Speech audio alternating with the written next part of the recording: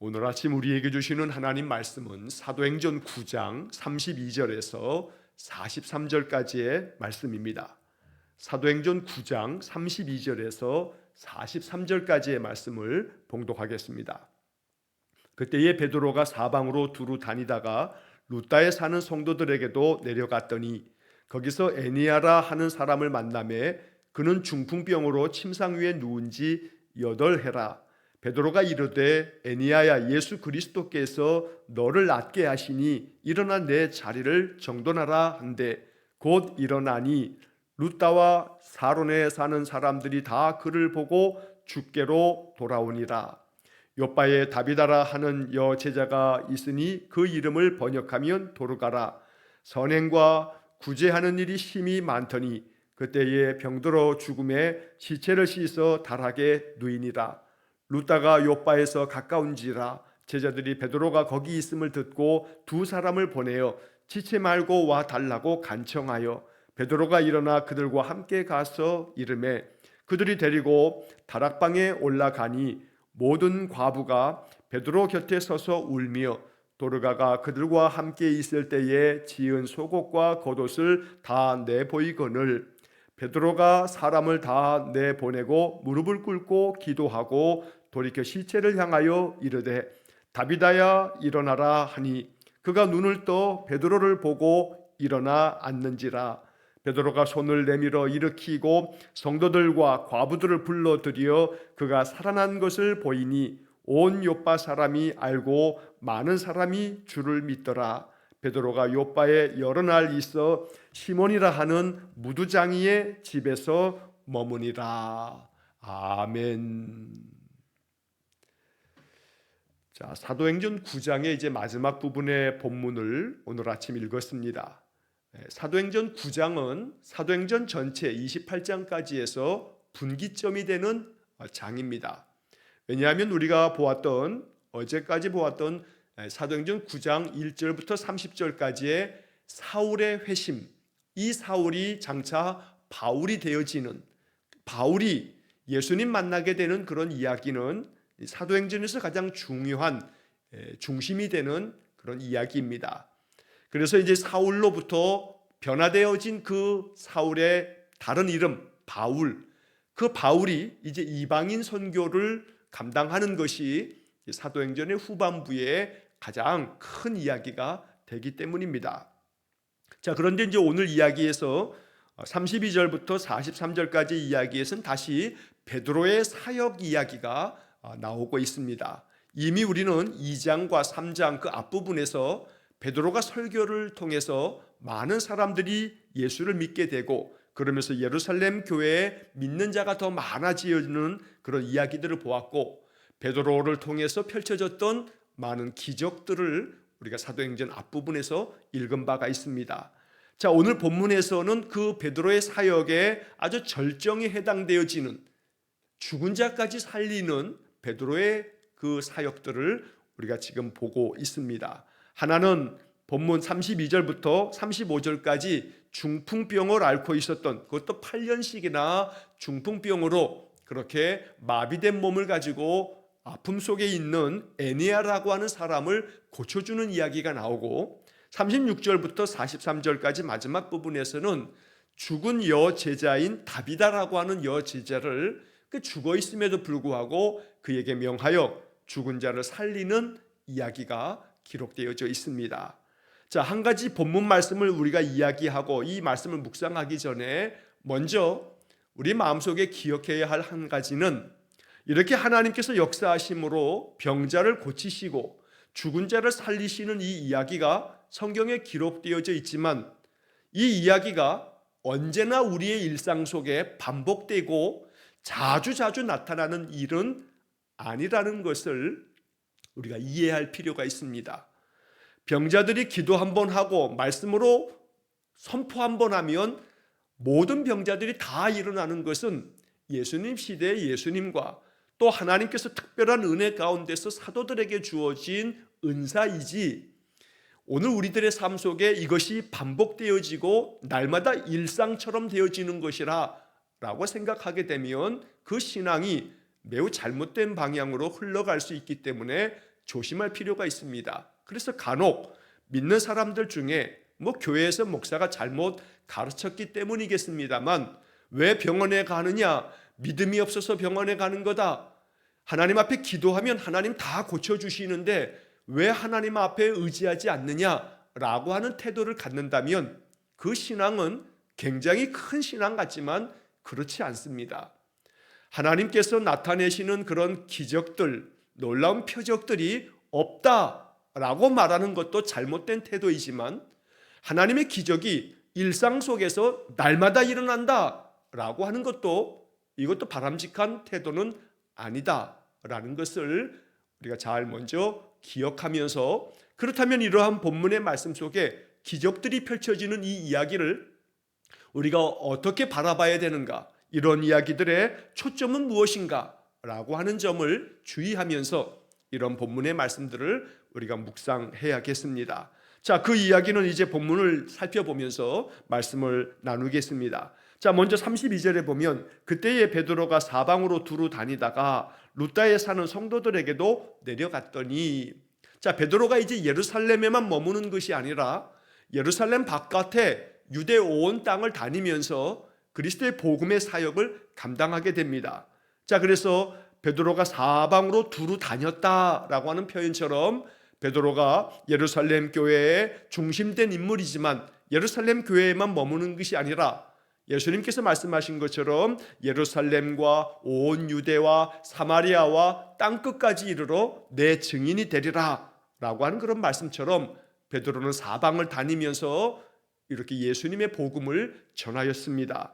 그러다가 루다라고 하는 곳에 이르렀을 때 루다에 사는 성도들에게도 내려갔다라고 하는 말씀이 있는데, 루다라고 하는 이 지역에도 성도들, 예수님을 믿는 믿음의 사람들이 있었다는 겁니다. 자, 이 이야기는 이미 사도행전 5장에서 스데반이 순교를 당하고 박해가 시작되어지면서 예루살렘 교회의 많은 성도들이 흩어졌다는 것을 우리가 읽은 바가 있습니다. 이 흩어진 성도들이 유대 온 땅을 다니면서 복음을 전하고, 그러면서 믿는 자의 수가 그 지역마다 생겨졌습니다. 그래서 베드로가 루다라고 하는 곳에도 믿음의 사람들이 있다 하는 이야기를 듣고 그 성도들에게 내려갔다는 겁니다. 그만큼 예루살렘 교회의 성도들은 성령 충만한 가운데 복음 전도의 사명을 열심으로 잘 감당해 갔습니다. 분명히 자신들이 보고 자신들이 경험한 예수님의 그 은혜를 전하면서 그들은 증인의 사명을 잘 감당했던 것입니다. 자, 그런데 루다라고 하는 이 곳에 에니야라고 하는 사람을 만나게 됐는데, 그는 중풍병으로 침상 위에 누운 지 8해가 되었다라고 성경이 말씀합니다. 자, 이때 베드로가 이 에니야라고 하는 중풍병자를 만났을 때 그에게 이렇게 이야기합니다. 에니야야, 예수 그리스도께서 너를 낫게 하시니 일어나 내 자리를 정돈하라. 베드로의 이 선포가 있은 후에 곧 일어나니 라고 하는 말씀이 써 있습니다. 베드로가 이렇게 예수 그리스도께서 너를 낫게 하신다, 주님께서 너를 치유하셔서 너의 중풍병을 낫게 했으니 일어나 너의 자리를 들고 정돈해라 하는 것은 이제 너의 일상의 삶으로 회복된 삶을 살아라 라고 하는 그런 뜻이 담겨 있습니다. 베드로는 여기서 분명하게 예수 그리스도께서 너를 낫게 하신다 라고 말씀합니다. 우리는 이러한 성경 구절들을 볼 때 베드로의 이 말씀을 믿음으로, 내게 주시는 말씀으로 받아야 됩니다. 예수 그리스도께서 너를 낫게 하신다. 우리는 이 말씀 앞에 아멘, 즉 아멘이라고 하는 뜻 그대로 예, 그렇습니다, 내가 믿습니다, 내가 이 말씀에 동의합니다, 내가 이 말씀을 받아들입니다, 내가 이 말씀대로 될 줄로 믿습니다 라고 하는 마음의 뜻을 담아서 우리가 이러한 말씀을 읽을 때마다 아멘 하고 고백할 수 있는, 그래서 이 말씀이 내 것이 될 수 있기를 간절히 축복합니다. 여러분, 병이 들면 병원에 가서 의사를 만납니다. 그러면 의사는 많은 검사를 하고 나의 병이 무엇인지를 진단합니다. 자, 진단이 되어지면 그 진단에 따른 처방이 내려집니다. 처방에 따라서 더러는 수술도 하고 더러는 시술도 하고 더러는 약물 치료를 받게 됩니다. 그럼 약을 처방받으면 약국에 가서 이제 약을 이제 받아다가 우리가 먹습니다. 그 약을 먹으면서 그 약으로 인해서 우리의 병증이 완화되고 이제 치료가 되어져 갑니다. 그러나 한 가지 이제 우리가 여기서 알아야 할 것은 의사가 우리의 병을 진단하는 과정에 있어서 과학과 의학의 발전에 의해서 이제 그 진단의 많은 방법들이 얼마나 많이 발전되어져 있는지 모릅니다. 하나님께서 이 세상의 모든 것들을 다스림에 있어서 특별 은총이 있는 반면에 일반 은총이 있습니다. 특별 은총은 예수 그리스도 성자 하나님을 세상에 보내셔서 우리를 구원하시고 하나님의 은혜 안에서 하나님 주시는 생명의 양식을 얻어 영원한 생명을 누리는 그런 믿음의 놀라운 축복을 특별 은총이라고 말합니다. 그래 하나님의 자녀 되어지는 은총, 예수님을 믿으면서 믿음으로 살아가는 놀라운 영적인 축복들, 이 특별 은총입니다. 이것은 믿음으로 예수를 나의 구주로 받는 그런 믿음으로 영접하는 사람들에게 주어지는 특별하신 은총입니다. 그러나 일반 은총이 있습니다. 일반 은총은 믿는 사람이나 믿지 않는 사람이나 모든 세상 사람들은 하나님께서 지으신 하나님의 피조물들이며 하나님께서 세상의 모든 것들을 다스리시기 때문에 이 일반 은총은 세상 모든 만물 가운데 주어지는 하나님의 은총, 하나님의 은혜의 손길입니다. 그래서 간혹 우리가 자주 얘기하듯이 태양빛이 비치면 태양빛이 믿는 사람에게만 비치는 게 아니고 세상 모든 사람에게 비치는 것이고, 비가 필요할 때 하늘에서 비가 내리는 것이 예수 믿는 사람에게만 비가 내리는 게 아니라 모든 사람에게 비가 내리는 것처럼 하나님이 세상 모든 사람들에게 베풀어 주시는 은혜가 일반 은총입니다. 자, 이 일반 은총을 위해서 하나님께서는 사람들에게 주신 이 이성, 하나님께서 주신 이 사람들이 가지고 있는 이 지혜와 지식의 발전을 통해서 의학이 발전이 되어지면서 진단의 기법들이 굉장히 많이 발전을 이루었습니다. 그러니 이것은 세상 모든 이들에게 주어지는 일반 은총에 속하는 영역이 되는 겁니다. 자, 왜 이러한 말씀을 쭉 드리냐 하면 우리가 병이 나면 아프면 병원에 가서 진단을 받는 것입니다. 나의 병이 무엇인지, 내 병증에 대해서 이제 어떻게 해야 하는지, 하나님께서 열어놓으신 세상 모든 사람들이 누리게 되는 일반 은총 가운데 우리가 있는 겁니다. 그러나 한 가지 기억할 것은 그렇게 진단이 되어서 처방이 되어지면 그 의사가 처방한 대로 약을 먹는다 해서 그 약이 그 병증을 가지고 있는 모든 사람들에게 효험이 있는 것은 아닙니다. 또 그 약이라고 하는 것이 언제나 부작용도 있기 때문에 우리에게 처방되어진 약이 언제나 모든 사람들에게 100% 부작용도 없이 다 우리의 모든 병증을 치료하는 약이 될 수는 없다는 겁니다.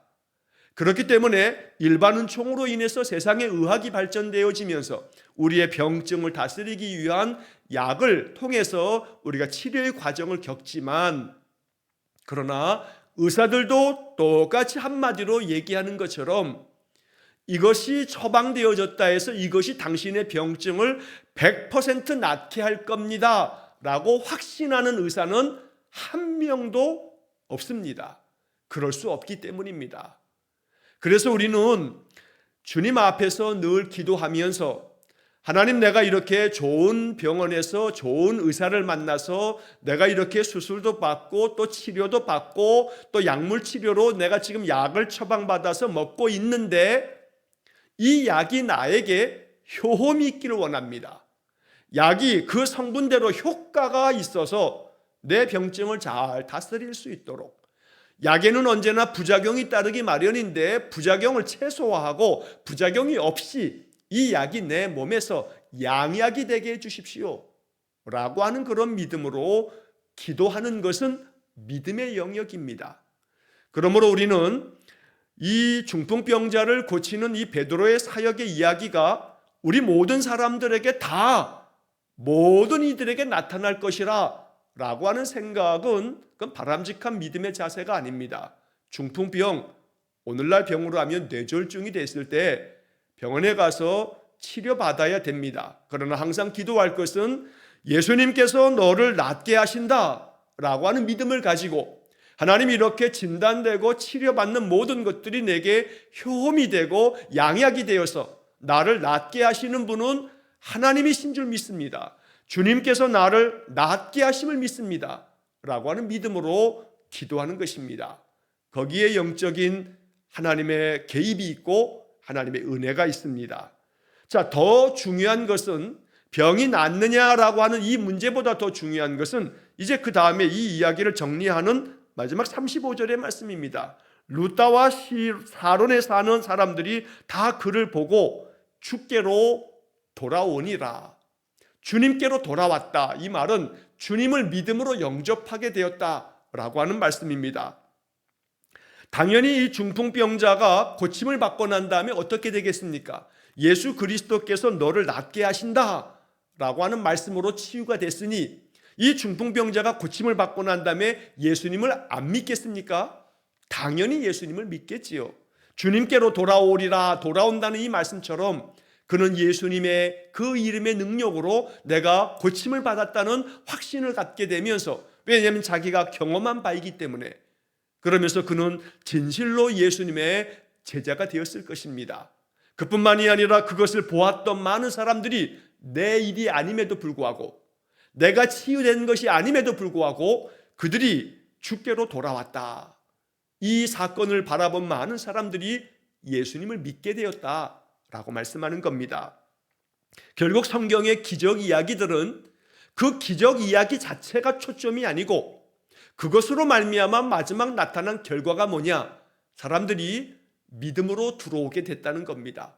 믿음을 갖게 되어지고 주님을 나의 구주로 영접하며 살아계신 하나님을 신실하게 섬기는 믿음의 사람이 되어졌다라고 하는 것이 이러한 이야기의 가장 중요한 영적 교훈이 됩니다. 그러므로 우리는 중풍병자 에니야라고 하는 사람을 베드로가 고쳤다라고 하는 이 사건이 중요한 것이 아니라 이 사건을 통해서 주님은 우리에게 무엇을 말씀하시나? 예수님께서 너를 낫게 하신다. 너의 육신뿐만 아니라 너의 마음까지, 너의 감정까지, 너의 영혼까지 낫게 하시는 분은 예수님이시다. 이것이 선포되었습니다. 이 말씀을 우리가 믿는 것입니다.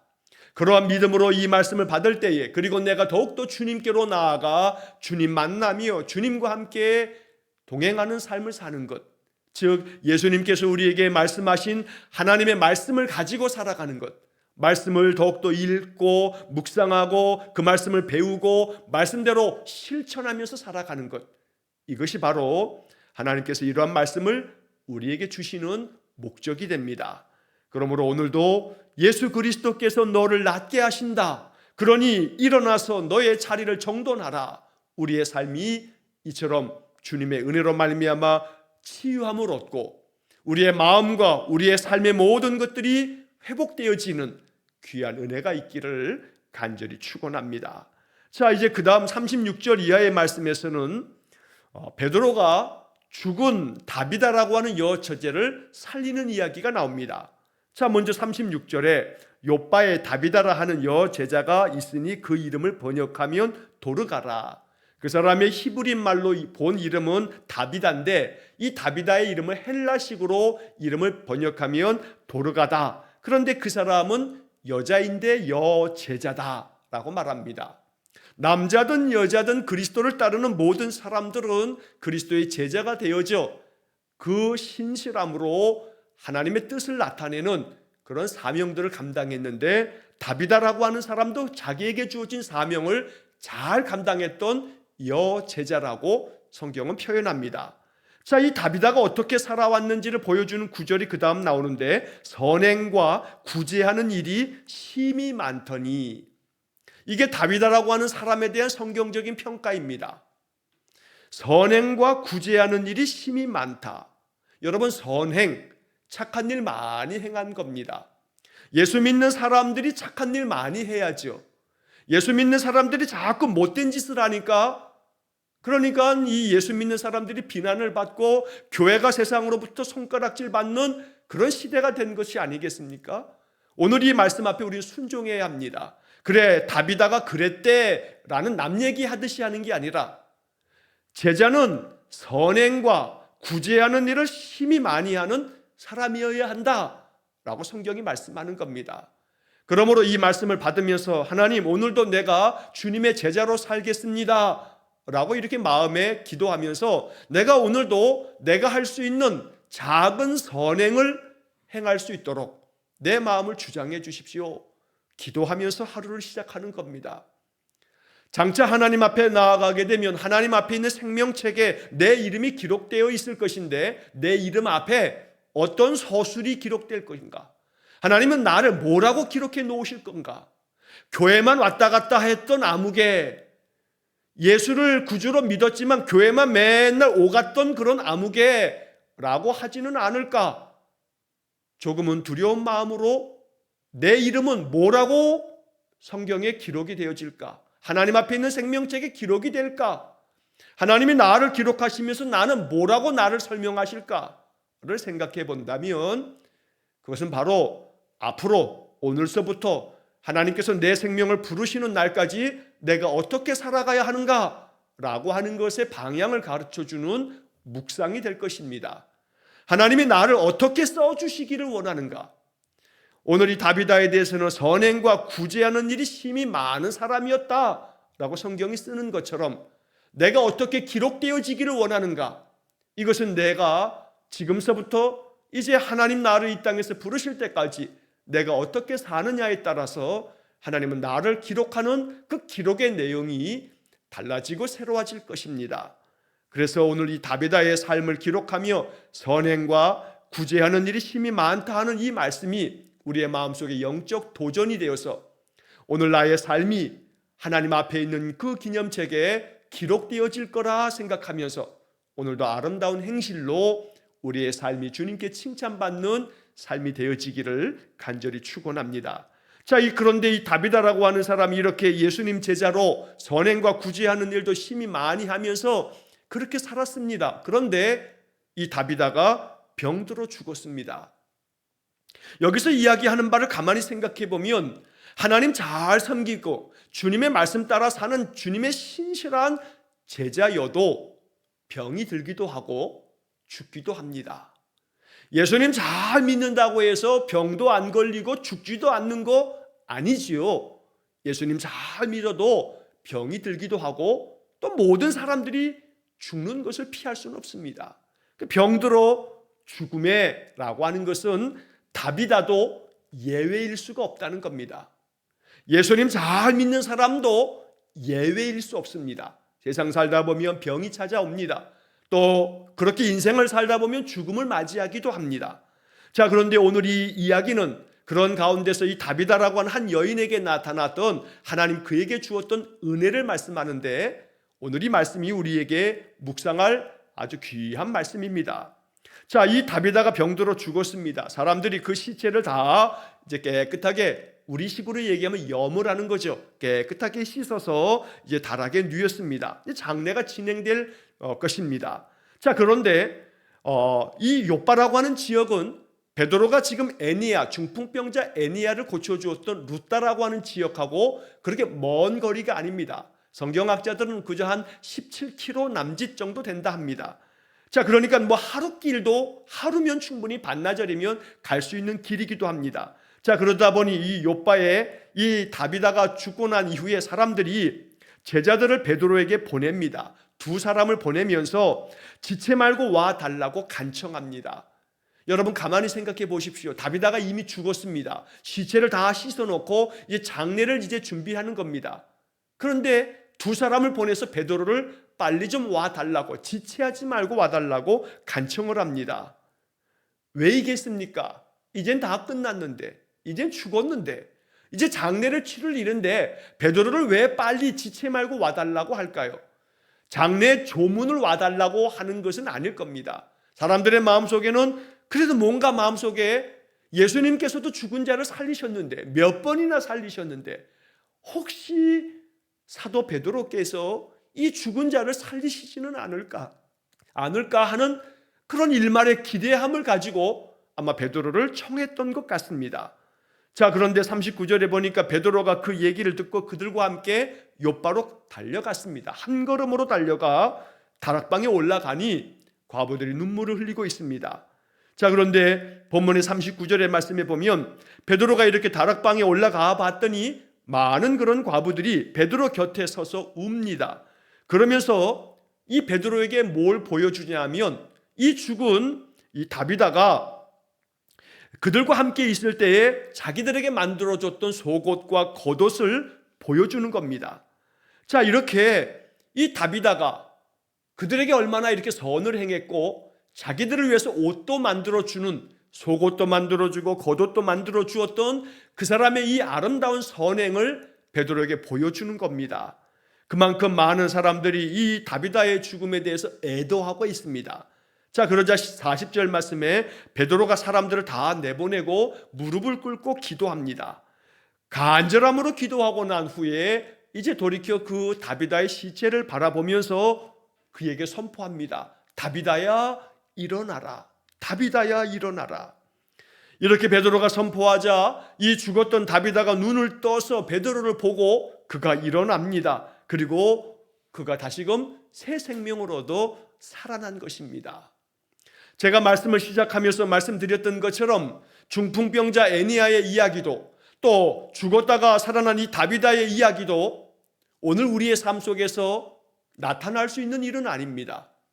하나님께서 예수님께서 이 땅에 계실 때에 또 예수님께서 제자들을 통해서 이제 교회를 시작하실 때 이루셨던 놀라운 기적이었습니다. 물론 지금도 오늘 우리가 사는 이 시대에도 기적들이 전혀 일어나지 않는다라고 말하면 안 된다고 제가 말씀드렸습니다. 왜냐하면 지금도 일상처럼 자주 나타나는 것들은 아니지만 믿음 안에 믿음의 사람들 가운데 하나님의 특별하신 은혜 가운데 놀라운 기적 같은 표적들이 나타나는 일이 있기 때문입니다. 그러나 여기서 우리가 봐야 할 것은 중풍병자가 고침을 받았다든지 죽은 자가 살아났다든지 이 현상 자체가 중요한 것이 아니고 이제 그 다음에 이것을 통해서 말씀하시는 바가 무엇인가? 그 다음 이어지는 41절에 보면 베드로가 손을 내밀어 일으키고 성도들과 과부들을 불러들여 그가 살아난 것을 보이니 온 욥바 사람이 알고 많은 사람이 주를 믿더라. 바로 이 구절입니다. 이것이 오늘 본문의 말씀에서 우리가 취해야 할 복음입니다. 중풍병자가 고침받았다. 죽은 자가 살아났다. 여기에 놀라며 이런 일들이 일어나기를, 이런 것처럼 나에게도 그런 기적이 일어나기를 바라는 마음, 잘못된 마음은 아니지만 그것이 이루어지지 않을 때에는 에이고 예수 믿어도 소용없네, 그러면 안 되기 때문에 제가 이렇게 강조하여 이 말씀을 드리는 것입니다. 아이고 성경 이야기 순 거짓이네, 뭐 중풍병자가 살아나고 죽은 자가 살아나, 말도 안 되는 소리, 나도 그렇게 될 줄 알고 기도했는데 택도 없는 소리더만, 그러니 이거 다 가짜야, 이거 믿을 수 없어, 이거 순 뻥이야 라고 하는 태도를 갖는다면 성경의 이야기를 잘못 해석하고 있다는 겁니다. 그러므로 이 이야기를 통해서 우리가 받아야 할 것은 정말로 기적은 뭔가, 중풍병자가 나음받고 죽은 자가 살아나는 것, 이것만 기적이라고 생각하면 성경의 그 깊은 의미를 잘 모르는 겁니다. 여러분, 사람이 변화되는 게 기적입니다. 사람이 변화되어지는 것이 이게 그 어떤 기적보다 기적입니다. 그러니 다시 말하면 오늘 본문의 말씀처럼 온 욥바 사람이 알고 많은 사람이 주를 믿더라. 사람의 신념 체계가 바뀌는 것, 이건 기적 중의 기적입니다. 무언가를 믿음으로 받아들이는 것, 이건 놀라운 기적이 아닐 수 없습니다. 물론 중풍병자가 일어나는 모습을 봤으니, 죽은 자가 살아난 모습을 제 눈으로 봤으니 믿지 않을 방법이 없겠지요. 그러나 여러분 생각해 보십시오. 그런 것을 보고 믿는 것은 누구나 믿을 수 있죠. 그러니 예수님께서 도마에게 말씀하신 것처럼 보지 않고 믿는 믿음이 크다라고 하는 것을 우리가 말씀에서 본다면, 이러한 일들이 내 눈앞에서 펼쳐지지 않았음에도 불구하고, 이러한 기적들이 내 눈앞에서 일어나지 않았지만, 내가 보지는 못했지만 예수님이야말로 살아계신 하나님의 아들 되심을 마음속에 믿는, 이것이 마음속에 믿어진다면, 그래서 그 믿음이 내 마음속에 들어와 나의 신념 체계가, 나의 모든 사고, 나의 모든 생각이 변화되어서 예수님의 가르침대로 내가 진실한 신자로 살겠다. 그래서 사람들이 예수를 믿으면서, 믿는 자가 많아지면서 그 사람들이 믿음 안에서 인생의 목적이 바뀌고 삶의 태도가 바뀌고, 그렇게 그가 변화된 모습으로 많은 사람들에게 선한 영향력을 끼치는 사람이 되어진다면 이것이 놀라운 기적입니다. 중풍병자가 고침받고 죽은 자가 살아나는 것은 그 한 사람의 일이지만, 중풍병자가 고침받았으니 그 한 사람이 고침받은 거고, 죽은 자가 살아났다면 그 사람 한 사람이 살아난 거에 불과하지만, 한 사람이 변화되어서 그 사람의 삶으로 말미암아 그 사람이 많은 사람들에게 너무나 은혜로운 영향을 미친다면 한 사람이 회복되는 문제가 아니라 많은 사람들에게 영향을 미치게 됐으니 이거야말로 더 놀라운 기적이 아니겠느냐는 겁니다. 그러므로 참된 기적은 그 사람의 신념 체계가 바뀌어서 인생관이 바뀌고 세계관이 바뀌고 삶의 자세와 태도가 바뀌는 거, 이것은 기적 중의 기적입니다. 왜냐하면 더 많은 사람들에게 놀라운 선한 영향력을 끼칠 것이기 때문입니다. 그러므로 오늘 본문의 말씀에 중풍병자가 고침받았다, 죽은 자가 살아났다, 여기에 초점을 맞추시지 마시고, 사람들이 예수님께로 돌아왔다, 주님을 믿게 되었다, 그래서 믿음 안에서 그들이 주님의 좋은 신실한 제자가 되므로 이 사람들을 통해서 많은 선한 영적인 영향력이 끼쳐지게 되었음을 바라볼 줄 아는 그런 눈으로 오늘 본문의 말씀을 묵상하시기 바랍니다. 마지막으로 43절의 말씀에 보면 베드로가 요빠에 여러 날 있어 시몬이라 하는 무두장이의 집에서 머무니라. 여기 무두장이라고 하는 낯선 단어가 나오는데, 이 무두장이라고 하는 것은 가죽 일을 하는 사람들입니다. 피역 공장에서 일하는 사람, 자기 집에서 간의 수공업으로 짐승을 잡아서 짐승의 가죽으로 가죽 제품을 만드는 사람, 이 사람이 무두장입니다. 그래서 쉬운 성경의 번역을 보면 이 무두장이의 집에서 머물렀다 하는 번역을 이렇게 번역합니다. 가죽 제품을 만드는 시몬의 집에서 묵었습니다. 이게 쉬운 성경의 번역입니다. 자, 이 얘기는 이 무두장이, 즉 가죽 제품을 만드는 사람, 이것은 짐승을 잡아서 그 짐승의 그 시체에서 가죽을 벗겨내서 그 가죽으로 제품을 만드는 사람입니다. 짐승의 시체를 다루고 만져야 되기 때문에 이 사람은 부정한 사람입니다. 유대인들은 율법으로 시체를 만진 사람들은 부정한 자가 된다고 그렇게 여겼던 겁니다. 그래서 유대인들의 전통적인 그런 예법에 따르면 여자가 약혼을 했는데 그 사람의 직업이 무두장이인 것을 알지 못하고 약혼을 했으면 파혼을 해도 아무 관계없고 흠이 되지 않았다 합니다.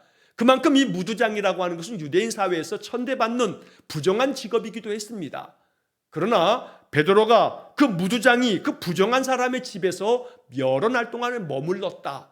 이것은 베드로가 이렇게 부정하다고 여겼던 그런 사람들의 생각까지 뒤집어 엎어 모든 사람들, 정한 사람이나 부정한 사람이나 그 어떤 사람이라 할지라도, 심지어 예수님께서 말씀하신 것처럼 내가 온 것은 죄인을 위해서 왔다, 죄인을 구원하러 왔다 말씀하는 것처럼 베드로가 이렇게 부정하다 여겼던 무두장이 시몬의 집에까지 들어가 그의 집에 머물면서 그들에게도 복음을 전하는 이야기가 오늘 9장의 마지막 절에 적혀 있는 겁니다. 이 이야기는 내일 보게 될 10장에서 베드로를 통해서 로마의 백부장인 이방인인 고넬료의 집안이 구원받는 이야기로 이어지게 되는 그러한 본문의 말씀이 됩니다. 오늘 말씀을 묵상하시면서 주께서 우리의 마음에 주시는 영적 깨달음을 얻어 이 말씀대로 또 순종하며 그런 믿음 가지고 살아가는 복된 삶이 되시기를 간절히 축원합니다. 기도하겠습니다. 자비로우신 하나님, 예수 그리스도께서 너를 낫게 하신다 하시는 베드로의 선포의 말씀을 우리가 믿음으로 받습니다. 아멘으로 받습니다. 이 말씀과 같이 예수 그리스도의 이름으로 우리가 선포할 때마다 나의 병증이 완화되고 치유함을 얻고 내 마음과 영혼이 고침받아 주님 안에서 내가 회복되어짐으로 예수 그리스도를 더 진실하게 믿는 믿음의 사람 되게 주옵소서. 그리하여 믿음 안에서 내가 영적으로 변화되어 나로 말미암아 선한 영향력이 끼쳐지도록 하나님 우리 성도들을 그렇게 축복하여 주옵소서. 죽은 다비다가 살아나는 것도 그로 말미암아 많은 사람들이 주님을 믿게 되어짐처럼 자비로우신 하나님, 내가 주님 안에서 변화되고 내가 주님 안에서 은혜를 얻어 나의 영과 육이 치유함을 얻고 내가 주님 안에서 은혜가 충만하여짐으로 말미암아 나로 인하여서 많은 사람들이 예수를 믿는 그런 놀라운 역사들, 놀라운 기적들이 펼쳐지도록 은혜를 내려 주옵소서. 오늘도 한날의 모든 삶을 주님께 의탁합니다. 믿음으로 사는 우리 성도들의 그 모든 인생 속에 우리 하나님의 놀라운 은혜의 표적들이 더욱더 풍성히 나타나도록 복을 내려 주옵소서. 예수님 이름으로 기도하옵나이다. 아멘. 우리 구주 예수 그리스도의 은혜와 하나님 아버지의 극진하신 사랑과 성령의 교통하심이, 예수 그리스도께서 너를 낫게 하신다 말씀하심이 내게 주시는 말씀이 되어 날마다 치유함을 얻어 영육간의 강건한 삶, 그래서 변화되어 더 많은 선한 믿음의 영향력을 끼치기를 간절히 소원하며 기도하는 머리 숙인 귀한 성도들 위에와 저들 가정과 온 가족들 위해 영원토록 함께 하시길 축원하옵나이다. 아멘.